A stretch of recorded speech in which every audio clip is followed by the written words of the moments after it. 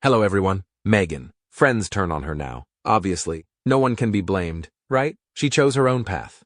It's not for nothing that among millions of people, Meghan can't have any friends. If a few people turn their backs on her, it may be due to personal problems. However, if everyone turns their backs on her, the problem must be with the character of the narcissistic woman Meghan.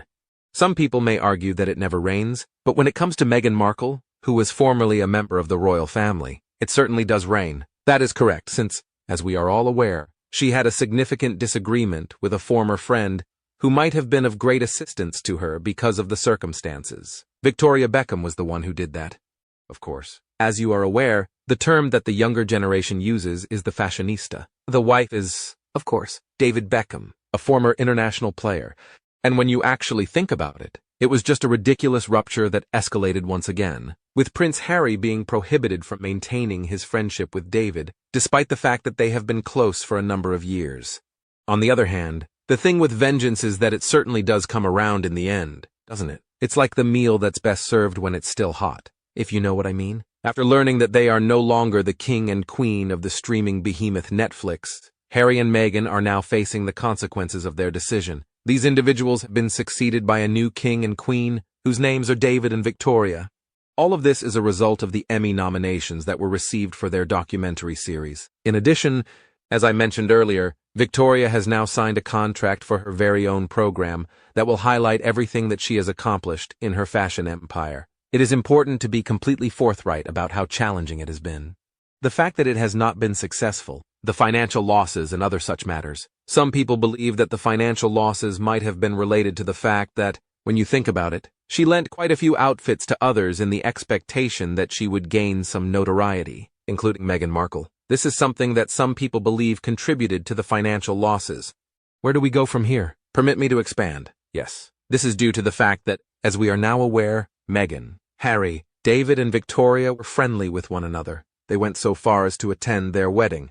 And, of course, you can assume that you are similar to the vast majority of individuals who were present at the wedding of Harry and Meghan, and that you are now seeing that film and thinking, I am not friends with them. In no way do we communicate with them. It is not possible to get them back. Where do we stand with the actors of Suits? I mean, none of them, well, it was a fantastic day out for them, just like it was for George Clooney. But that's about it, isn't it? None of them made it out alive. This concludes the matter as it stands. I'm curious if you guys have seen the movie Suit. Let's check in a bit.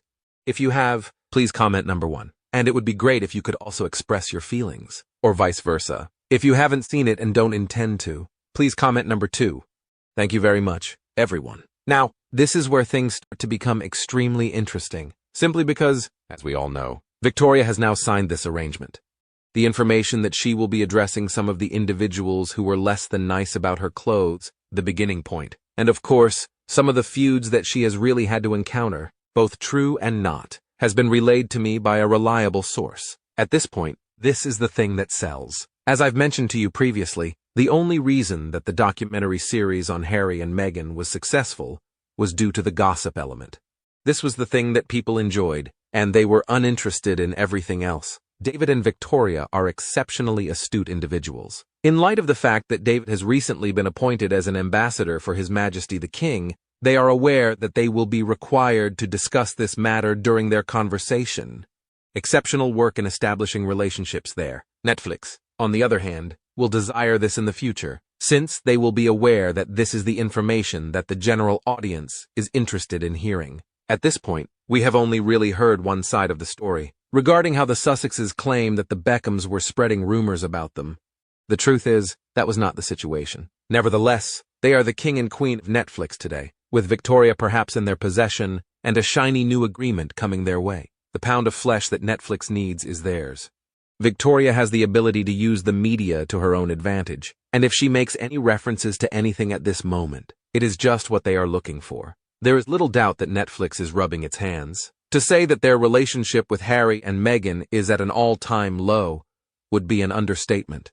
A signing that was first considered to be a fantastic deal has now turned out to be somewhat of a tremendous bore. Moving ahead, it is necessary for them to demonstrate their worth by performing in 1 or 2 performances, assuming they ever make it to the big screen. The movie, Victoria's Secret, is going to be released in the very near future, but you simply cannot wait.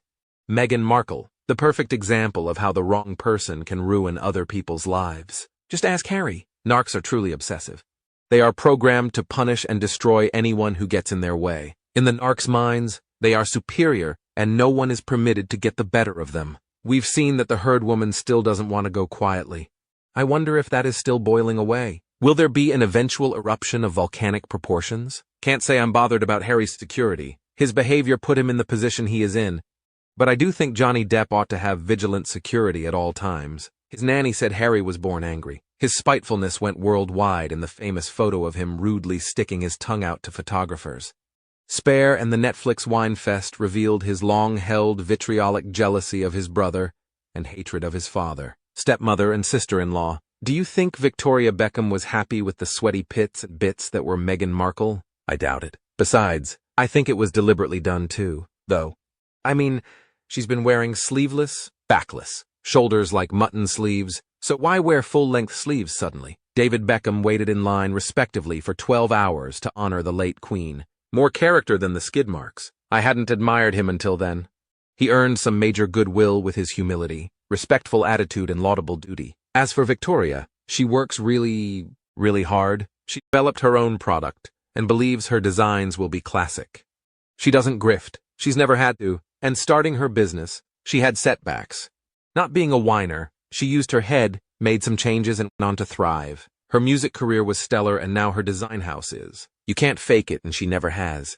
Plus, being a devoted wife and mother, she has charmed people and seems kind, and with it, she's responsible for her successes and hopes she enjoys them her entire lifetime. The difference between Victoria and Meghan is quite simple, really, and no comparison.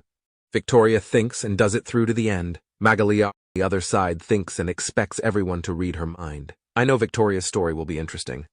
She's done things with her life, unlike Mad Meghan. Moreover, the Beckhams love their parents and their children. Victoria has created a terrific beauty line, the best eye pencil ever. Meanwhile, Meghan has never shown photos of them with happy kids celebrating Xmas. No photos enjoying Xmas together. Only one time showed a photo of a big Xmas tree at the rented Montecito mansion. Harry, your kids are missing out on your English tradition. In addition, I heard that the Beckhams were only invited to the actual wedding, not to the actual reception afterward. In fact, there were many people only invited to the wedding, and not the reception. Some people had traveled from the USA and were only invited to the actual wedding ceremony and nothing else. Now, why does that not surprise me? Some of Harry's lifelong loyal friends were omitted from most of the wedding, especially Tom Inskip, who showed up in Jamaica after Harry broke up with her. That was the nail in the coffin for his friends to realize, proving she was a psycho, literally, from Harry and Meghan's wedding. She has isolated Harry from not only the friend's family who didn't like her, but from everyone. I've never seen a narcissist in real time. It's scary. Meghan's ego took over. She got too big for her boots. So got a prince and broke him. He has given up everything for her to be treated like a dog's body. What is worse is he let her diminish him. They were just weather celebrity friends. She's too shallow.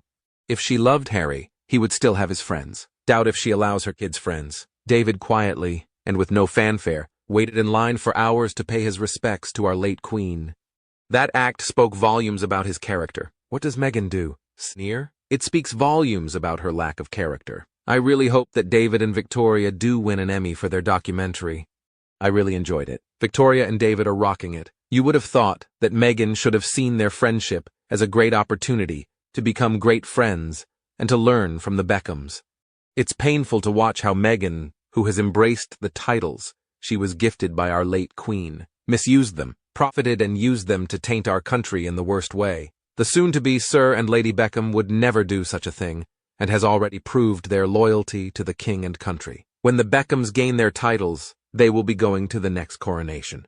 Eat your heart out. Meghan, such a contrast between two couples who have gone in exactly the opposite direction in their lives. One, Harry and Meghan, who started with everything and have managed to trash it all and make us actually not want to know anything more about them. And the Beckhams, who both started life with not much, and have, by their own effort and ability, made themselves into a force, together and separately, to be reckoned with. The Beckhams deserve all the kudos. The Sussexes deserve whatever they get, which looks like it won't be much. Am I correct in my assessment? In the comments section below, please share your ideas with me. I am grateful that you checked out my video. I would be grateful if you would show your support by liking, sharing, and subscribing to my channel. Goodbye, and I hope to see you again soon.